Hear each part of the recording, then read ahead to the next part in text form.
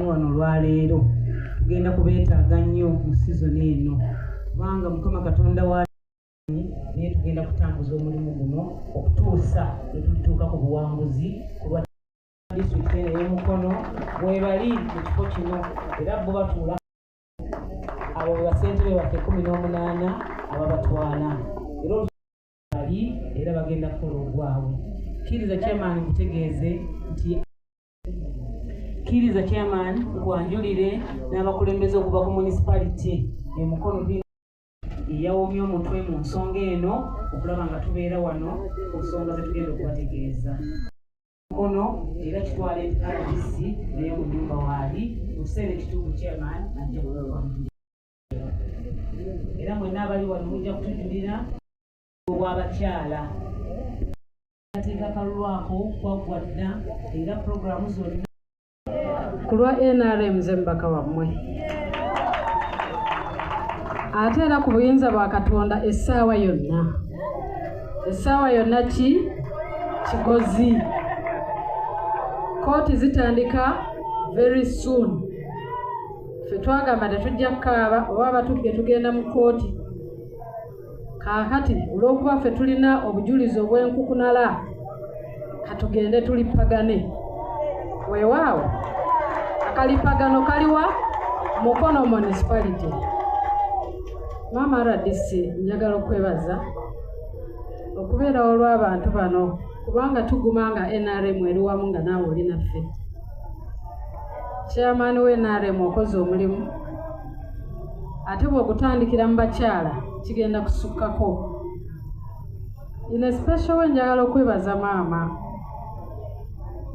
Hajati mu bunafu bw'alina jjajja waffe omulwanyi tatuvangamu ng'ate olabayo omukazi omugumu atalina wamuluma n'ebituka by'NRM tajja. Maama weebale butatukoowa ate nga tetuli balungi nnyo. Weebale okutugumiikiriza. Ensonga ya byakulonda bya bukulembeze. Abakyala ndi mabega wammwe buli omu waali ndi mweteefuteefu okubawagira mu mbeera yonna enaasoboka. Olw'okuba obukulembeze buno tutandise mobilization abakyala chairman awamu ne maama nannyini bakyala ku national.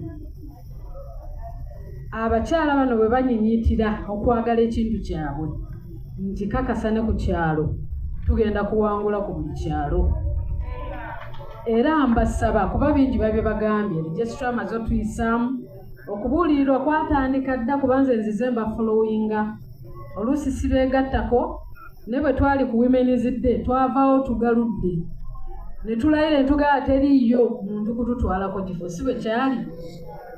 Bwe twali ku Women's Day nabagamba tugenda mu kalulu muve mu kwekola ki okwenyooma abakyala. Omukyala Nasuna at setting the precedence nti waba tusa up to the national level naffe tusobola naffe tukola ki ate mulina obuwagizi bwaffe kubanga ffe weetuli.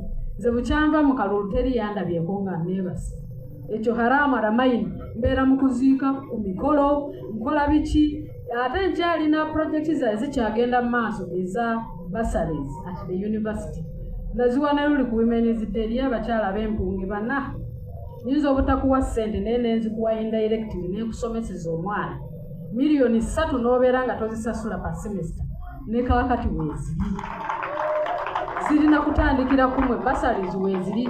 Abaana batudde senior 6 temulina ssente nze nina ssente eza bursaries munoonye abaana bakole ki basome.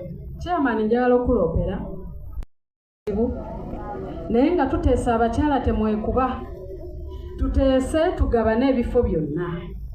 Bwe tuneekuba omulabe oli agenda tutwalako ekifo. Mbeegayiridde kino kyendoopa olwedde kiri mu bakyapaso ewange Namumira ng'ekyalo singa omuluka.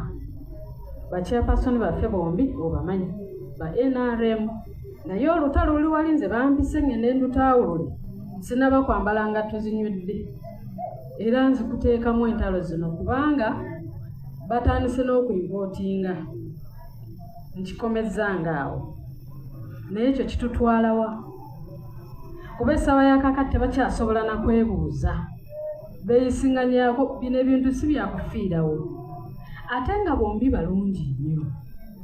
Omu asobola okubeera ate omulala n'abeera vice we.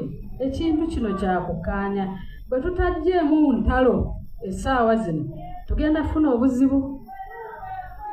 Enkwe naye kakati ani anaazibajjamu? Ffe tulina okwagaliza.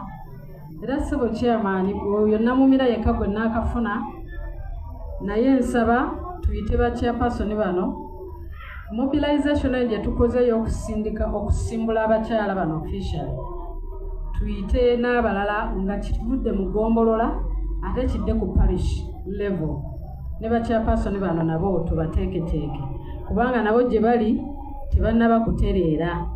Ate tuddemu tukunge n'abantu baffe abo abali ku buli kyalo, tubeere nga betutandikirako okusimba layini n'abalala batwegatteko.